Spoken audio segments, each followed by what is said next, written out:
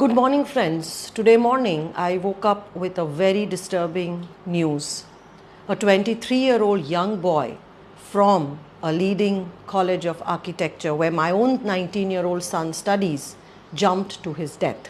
What was more alarming and what I really felt hurt about was whatever the newspapers wrote about the cause of his suicide. Apparently, he wrote 3 notes, one to parents, one to his brother and one to his girlfriend. And the summary of that was about him feeling that he was always an unwanted child, not being able to live up to the expectations of others, feeling very stressed and not doing what he liked to do. I'm making this video because time and again I have repeatedly, literally stood on the roofs and shouted that emotional abuse and neglect are 2 extremely deadly combinations of abuse that are also the causes of suicide ideation and behavior. We have done a lot of research at Wellness Space, and this is also backed by lots of research done outside of Wellness Space, which is available for public viewing, is that the causes of suicide, along with physical abuse, sexual abuse, bullying, domestic violence, is also emotional abuse and emotional neglect. Unfortunately, in our society, while physical abuse and sexual abuse in childhood are commonly understood, emotional neglect and emotional abuse are just not understood. I remember a few years ago when I would talk about emotional abuse to parents, they would laugh at me. In fact, they would say that, oh, if we don't nag, criticize, correct, threaten our children, how are they even going to learn? Are you trying to say that our children should be sissies? And my reply is always that emotional abuse is different from emotional resilience. Emotional abuse will not help your child become emotionally resilient.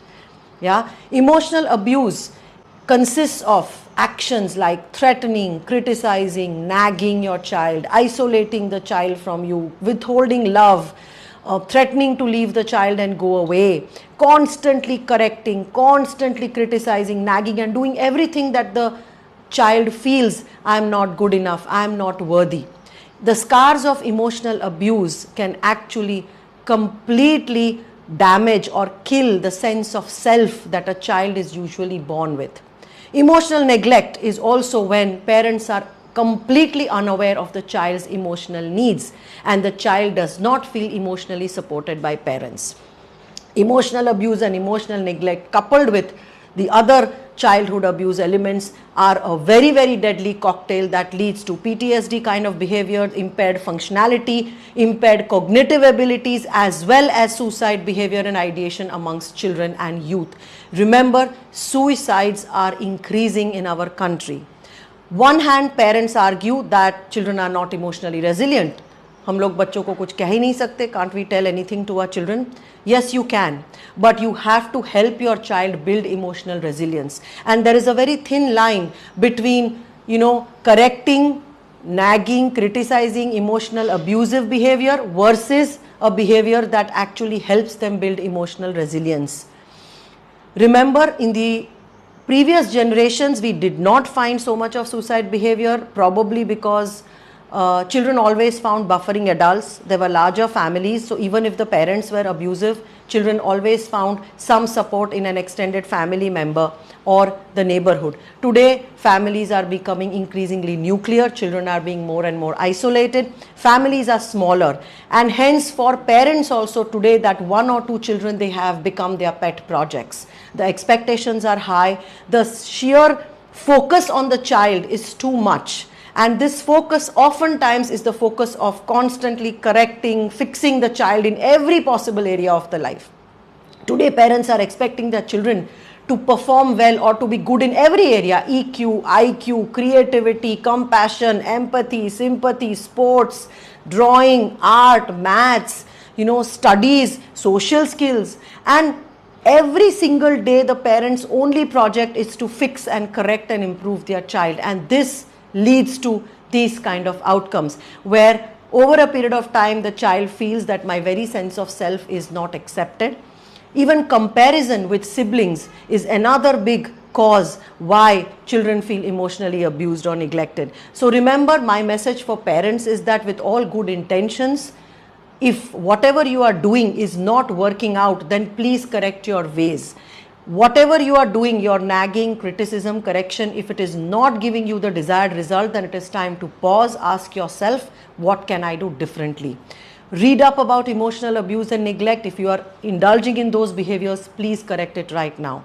My message for these institutes is, I've also seen that these days very high-end technology institutes or design institutes, they believe that we have to push the children beyond their limits, and I see increasingly youngsters are made to work 18-20 hours a day, compromising on their sleep, on their food, under the pretext of toughening them up.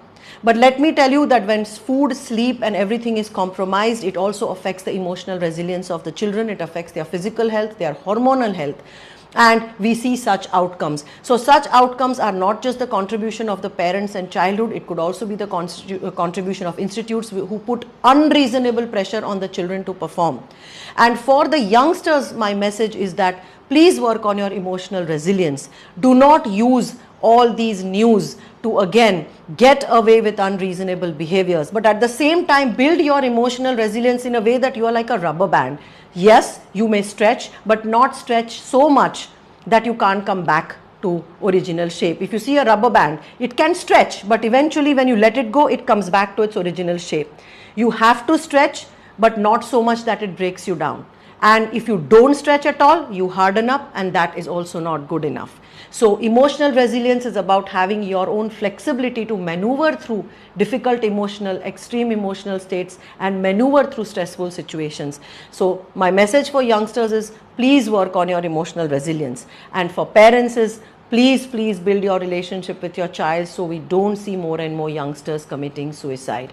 I will also be sharing some of the slides on the data that we have, where we have data which correlates emotional abuse, emotional neglect to suicide behaviors. So please understand, this is backed by research, and as parents it is so important for us to recognize this and correct it right now before we lose so many of our youngsters to suicide.